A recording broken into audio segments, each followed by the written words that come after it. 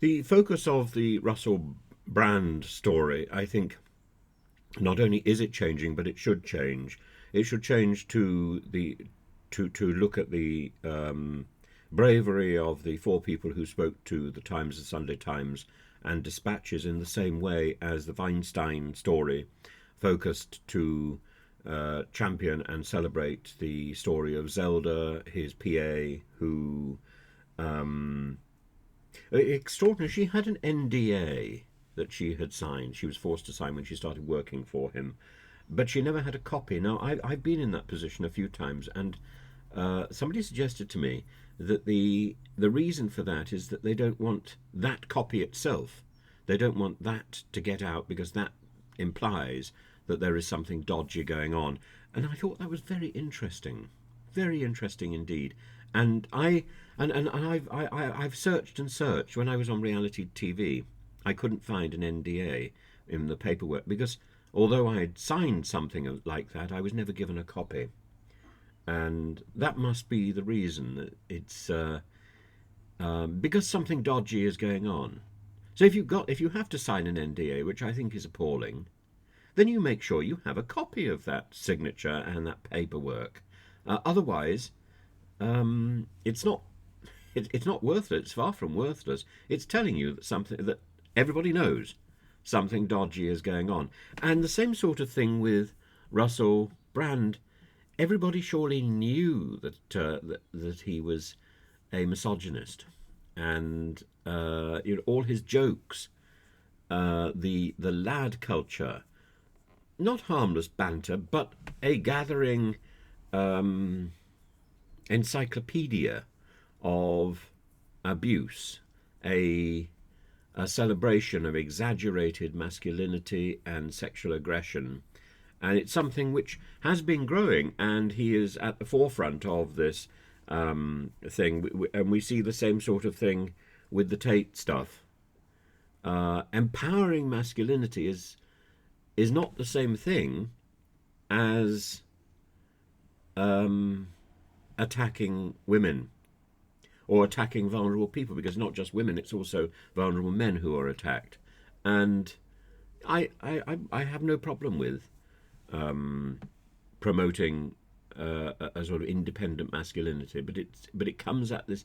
It seems to come at this price of misogynistic banter, dominating TV shows, dominating newspaper columns, comedy acts, student life, and those people who question that are told they don't have a sense of humour, or they're being too uptight, or that they're radical feminists or radical. They've embraced their own radical ideology. I don't think that's true. This is a toxic brand, and Brand himself. I mean, I've done a little research now. Brand himself seems to have made a lot of jokes about sexual abuse, and it's quite extraordinary. Uh, and and a lot of jokes about being woke, whether you're awake or whether you're not awake. You know, and this sort of exaggerated nastiness, uh, joking about abusing people, joking about killing somebody, you know, as if we know this isn't true. Well, the problem is there may well be some element of truth in the joke. Of course, Brand is not a murderer. I mean, it's absurd to think that. But a joke about murder, and that exists, by the way, and his rants about revolution. We don't we don't need a revolution. What we need is a change of thought, so that we're more honest. So we're using language in an honest way rather than a dishonest way. I was thinking today about the so-called apology I got from the train line, which wasn't an apology at all, and simply offered to reimburse me to change my ticket. But I don't want to change my ticket. I can't change my ticket. And the actual apology ignores the word apology and suggests it's a failing on my part rather than theirs. they were not clear about the information that they provided. That is a failing on their part. And you go through all these various apologies you get. Either it takes so long to actually get the information that you've forgotten what the complaint was, or the apology when it comes is, I'm sorry you feel that way. And if we can't, as a society, apologize for our misdeeds, then I don't think we can move forward. And I equally think it's very difficult to deal with people who are offline, who have strayed into inappropriate territory. So I think that's the reason why it's been impossible to pull back Brand, to pull back Tate, to pull back these other people, and a little bit of publicity for being a bad boy, and that particular brand is an anomaly that empowers these people, and we're in a problem area, and misogyny, I think, is not something to poke fun at. Misogyny comes from two Greek words: miso, I hate, and gyneka, woman. And any form of hatred is to be condemned because it's a targeting of nastiness.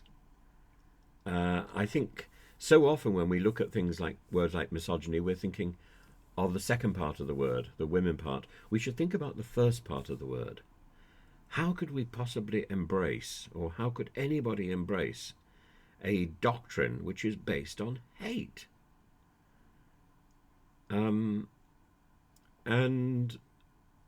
we need a way of life, not just an attitude when people make complaints. We need a way of life where we believe what we are told. There's nonsense about yes means no and no means yes and all that sort of stuff. You don't understand sarcasm. No, why should I understand sarcasm? Because sarcasm fundamentally is lazy. And it's lazy thoughts which are bad. And when you have somebody like Russell Brand, who is supremely intelligent, let's not avoid that point. A supremely intelligent person poking around in the gutter to get laughs, that is when we should be worried. Appealing to the lowest common denominator, appealing to hate, making a joke of hate.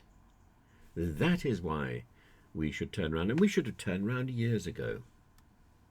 And there's a whole litany of people who are in that category. And this is another reason why, incidentally, I take issue with people like the current Home Secretary. Because the current Home Secretary has nothing positive to offer. We need a government which is working on positives, which is demonstrating by its actions that it's actually doing something. Instead, we've got people screaming negatives and trying to encourage the population to hate one particular group. Let's say migrants. It doesn't have to be migrants. It could be anybody. Suella Braverman could have chosen anybody. She's chosen migrants. And it's a distortion of her job. And we criticize her, and we're told, oh, you're a misogynist because you're criticizing a woman. No. No. I'm criticizing the hate.